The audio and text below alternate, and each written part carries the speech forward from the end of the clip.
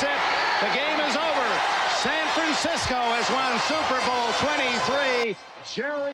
Today, the Super Bowl is the biggest event in American sports. It's a game that defines legacies, creates legends, and captivates audiences around the world. You could even argue that it's the biggest event in all of America. But this game, this mega event, didn't always exist. In fact, the road to the first Super Bowl was filled with conflict, innovation, and a fierce competition between two leagues that changed football forever. To understand the Super Bowl, we need to go back to the very birth of professional football in America. In this episode, we will explore the history behind the Super Bowl and how it became the mega event that it is today. Don't forget to like and subscribe for more content on the No Brainer for Science, History, and Philosophy, and check out our Instagram and X for more content. Before the Super Bowl, before massive stadiums and billion-dollar TV deals, football was a tough, gritty, and often chaotic sport played on college campuses. But by the early 1900s, the demand for professional football began to grow. In 1920, team owners from Ohio, Illinois, and New York met in an auto showroom in Canton, Ohio, to form what would become the National Football League. In its early years, the NFL was nothing like what we know today. Teams came and went, games were often very unorganized, and the sport struggled to compete with baseball and boxing for the nation's attention. But by the 1930s and 40s, stars like Rick Grange and Bronco Nagurski helped put the NFL on the map. The introduction of the championship game in 1933 brought legitimacy to the league. But football was still very much a regional sport. It wasn't until the post-war boom that the NFL started to explode in popularity. By the 1950s, television was transforming sports.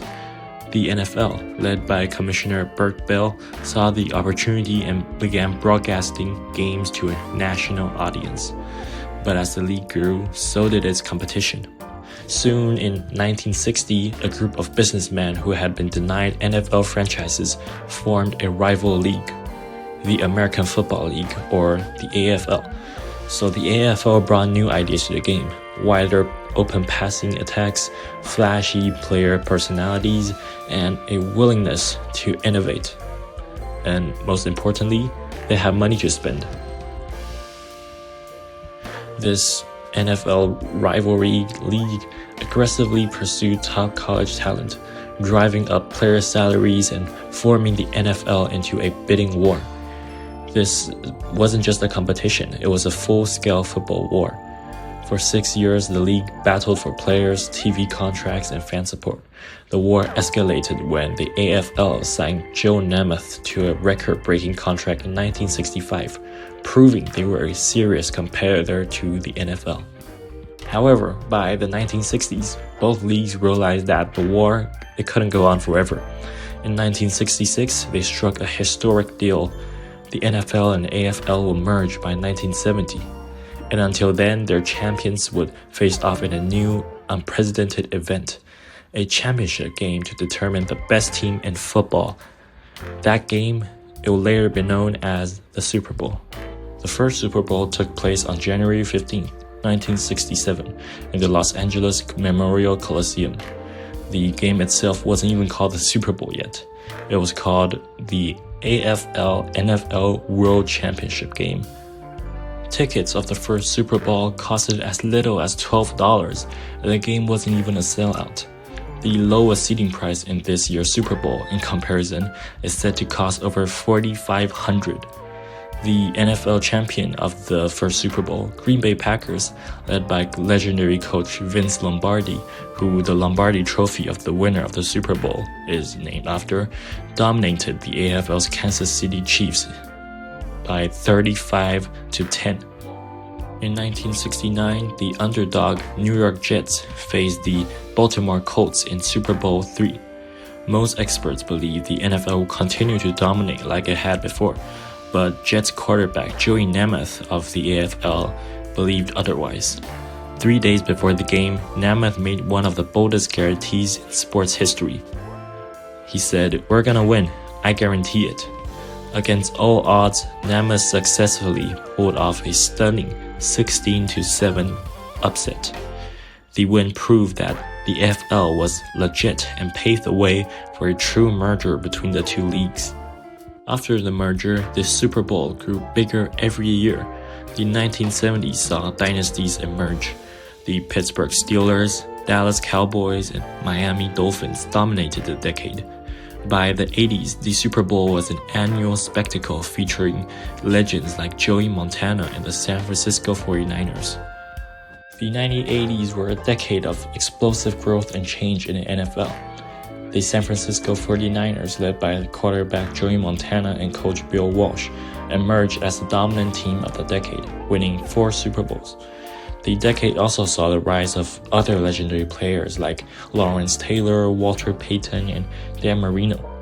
The NFL's popularity soared during the 1980s, thanks in part to the increased exposure from television. The league also made several rule changes to improve player safety and promote offensive excitement. In 1980, the average paid attendance for a regular season game was 59,787, the highest in league's history. Later in the 1990s saw the continued rise of the NFL, with several teams establishing dynasties. The Dallas Cowboys won 3 Super Bowls in 4 years. The Green Bay Packers also won 3 Super Bowls during the decade. Other notable teams include the Niners, the Broncos, and Steelers. The popularity continued to grow during the 90s thanks to increased availability of television coverage and the rise of fantasy football. However, the Super Bowl itself wasn't just about football anymore. The halftime show was always a part of the Super Bowl, but in the early years it was nothing like the spectacle we see today. The first Super Bowls featured halftime show performances from college marching bands and traditional entertainments. The original purpose of the halftime show was to fill time and entertain fans who were stuck at the lines of concession stands and bathrooms. It was until the early 1990s that the halftime show truly became a must-see television. Everything changed in '93 when the NFL brought in Michael Jackson. His performance was so electrifying that it set a new standard for halftime entertainment. From that point on, the Super Bowl halftime show became a global event on its own, featuring some of the biggest artists of all time, from Prince to Beyonce and more. The halftime show isn't just about music, it also created moments that people talk about for years. As the popularity of the game and the halftime show grew, since then, Super Bowl commercials and the halftime show became nearly as popular as the football game itself. Super Bowl commercials now have become well known for their unpredictability, surreal humor, and use of special effects to capture their audience. For example, in the 1970s, a Super Bowl commercial would have cost $78,200 for around 30 seconds. In the 1990s, especially after 1993, the average Super Bowl commercial of 30 seconds costed over $850,000. As the popularity of the game grew, today the Super Bowl is a global event watched by over 100 million people every year. Players like Tom Brady redefine greatness, while new stars like Mahomes continue the tradition of unforgettable moments. This year, the Chiefs will return to the Super Bowl again and try to become the first team in history to win a three-peat in the Super Bowl era. So what do you think? Will the Chiefs or Eagle win? Drop a comment below and don't forget to like and subscribe for more content on the No-Brainer for science, history, and philosophy. And check out our Instagram and X for more content.